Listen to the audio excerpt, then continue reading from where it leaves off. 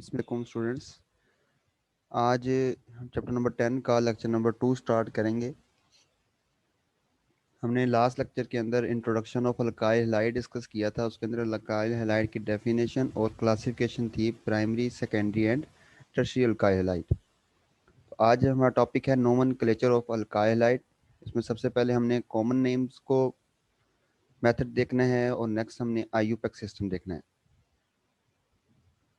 Common name में क्या है कि अल्काइल हैलाइड्स यानी जिनको हम मोनोहैलो अल्केन्स भी कहते हैं, इनको नेम दिया जाता है on the basis of nature of alkyl group, कि जो अल्काइल ग्रुप हैलोजन एटम से अटैच है उसकी बेस पे इनको कॉमन नेम दिए जाते हैं। किस तरह कॉमन नेम दिए जाते हैं, ये देखिए हमें एक स्ट्रक्चर नज़र आ रहा है। तो ये जो CH3 ग्रुप है ये आपके पास अल्काइल, ये अल्काइल कैसे बना? अल्केन में से एक हाइड्रोजन को रिमूव करने से। अगर यहाँ CH4 होता तो ये थे अल्केन जिसका नाम था मीथेन। मीथेन में से एक हाइड्रोजन रिमूव कर दें तो अल्काइल बन जाता है, तो मीथेन से ही इसका नाम बन जाता है मिथाइल। तो ये अल्काइल चेन है जिसको हमने कहा मिथाइल। और ये आपके पास हेलाइड ग्रुप है, ठीक है, जिनको हम सिंपल एक्स से रिप्रेजेंट करते हैं। वो एक्स फ्लोराइड यानी F, क्लोराइड यानी Cl, ब्रोमाइड यानी Br और आयोडाइड यानी I भी हो सकता है।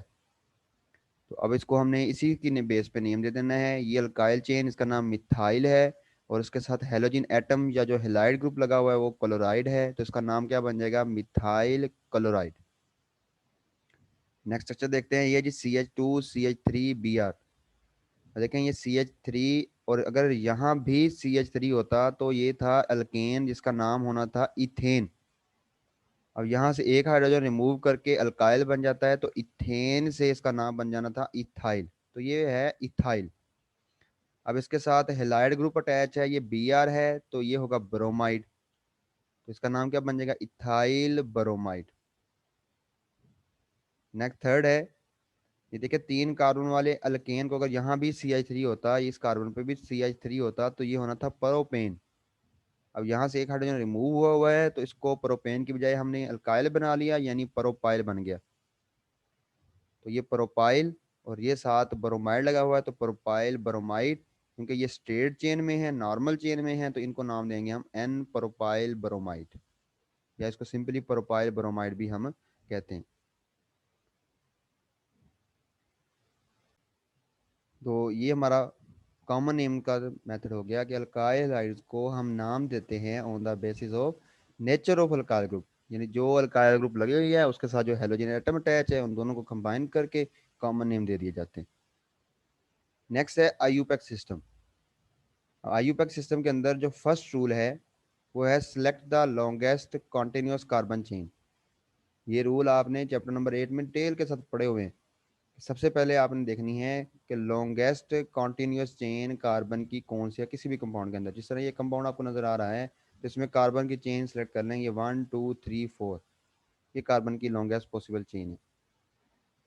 सेकेंड रूल है नंबर द कार्बन एटम। अब आपने कार्बन एटम जो सिलेक्ट किए हुए हैं चेन, उन कार्बन एटम को आपने नंबर देने हैं, लेकिन नंबर अपनी मर्जी से नहीं देने। नंबर हमने उस कार्बन से स्टार्ट करने हैं जिस तरफ से फंक्शनल ग्रुप, अब फंक्शनल ग्रुप इधर ये फ्लोराइड, क्लोराइड, ब्रोमाइड, आयोडाइड, ठीक है, अल्काइल हैलाइड में ये फंक्शनल ग्रुप कोई भी, ये फ्लोराइड, क्लोराइड, ब्रोमाइड और आयोडाइड हो सकता है।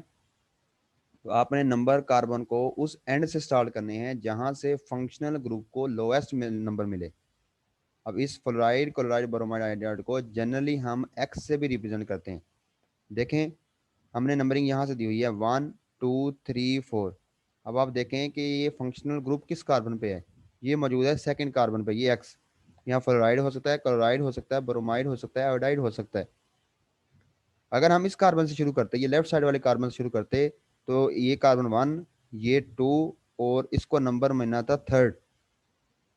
अगर राइट साइड से शुरू कर रहे हैं तो इस फंक्शनल ग्रुप वाले कार्बन का नंबर मिल रहा है 2। तो हमें नंबरिंग हमेशा उस कार्बन से शुरू करनी है जिस कार्बन से फंक्शनल ग्रुप को यानी हेलाइड ग्रुप को या हेलोजन एटम को लोएस्ट पॉसिबल नंबर मिले। जितना पॉसिबल हो सकता है उतना लोएस्ट नंबर मिले। तो अगर हम राइट साइड से शुरू करते हैं तो नंबर 2 मिलता है, लेफ्ट साइड से शुरू करते हैं तो नंबर 3 मिलता है। तो पॉसिबल कौन से? राइट साइड वाली नंबरिंग। तो इस वजह से ये सेकंड रूल है, कार्बन एटम को नंबर दें और इस तरह नंबर देना है कि फंक्शनल ग्रुप वाली कार्बन को लोएस्ट पॉसिबल नंबर मिले। तो ये हमारा रूल नंबर 2 हो गया। नेक्स्ट है जी रूल नंबर 3।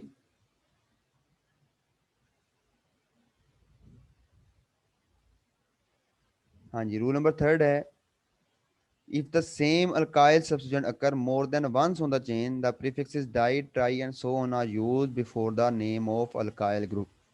अब देखें, सबसे पहले तो हमने first rule longest possible chain, ये देख लें 1 2 3 4, या ये भी बन सकती है 1 2 3 और ये भी बन सकती है 4। तो स्ट्रेट चेन प्रेफरेंस दे रहे हैं हम।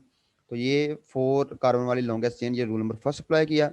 रूल नंबर सेकंड क्या हुआ कि हमने कार्बन को नंबरिंग देनी है उस बेस पे कि फंक्शनल ग्रुप यानी जो फ्लोराइड क्लोराइड ब्रोमाइड है उनको पॉसिबल लोएस्ट पॉसिबल नंबर मिले। अब देखें, अगर हम राइट साइड से शुरू करते हैं तो ये 1 और 2, इसको क्लोरीन को 2 मिलता है।